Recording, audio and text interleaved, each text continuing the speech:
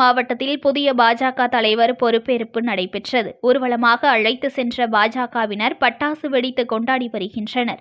மயிலாடுதுறையில் பாஜக மாவட்ட தலைவர் தேர்வுக்கான கருத்து கேட்பு கூட்டம் மாநில பொருளாளர் SR சேகர் தலைமையில் கடந்த 5ஆம் தேதி நடைபெற்றது.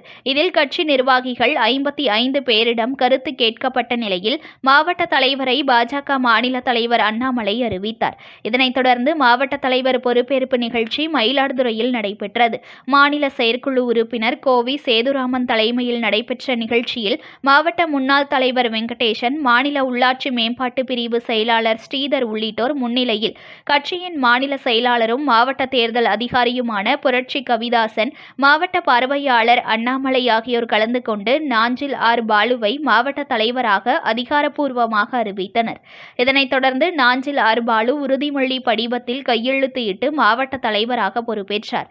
இதில் முன்னாள் மாவட்ட தலைவர் வெங்கடேசன், மாவட்ட துணைத் தலைவர் மோடி கண்ணன், மாவட்ட மகளிர் அணி செயலாளர் சித்ரா முத்துக்குமார் உள்ளிட்ட பலர் கலந்து கொண்டனர். நாஞ்சில் பாலு இதற்கு முன்னர் மாவட்ட பொதுச் செயலாளராக பொறுப்பில் இருந்த நிலையில் புதிய மாவட்ட தலைவராக பொறுப்பேற்ற நாஞ்சில் பாலுவுக்கு நிர்வாகிகள் வாழ்த்து தெரிவித்து மாலை அணிவித்து பட்டாசு வெடித்து பொதுமக்களுக்கு இனிப்புகள் வழங்கி கொண்டாடினர். முன்னதாக கட்சியினர் மாவட்ட தலைவரை பேண்ட் வாத்தியங்கள் முழங்க நகரின் முக்கிய வீதிகளின் வழியாக ஊர்வலமாக அழைத்து சென்று தங்கள் மகிழ்ச்சியை வெளிப்படுத்தினர்.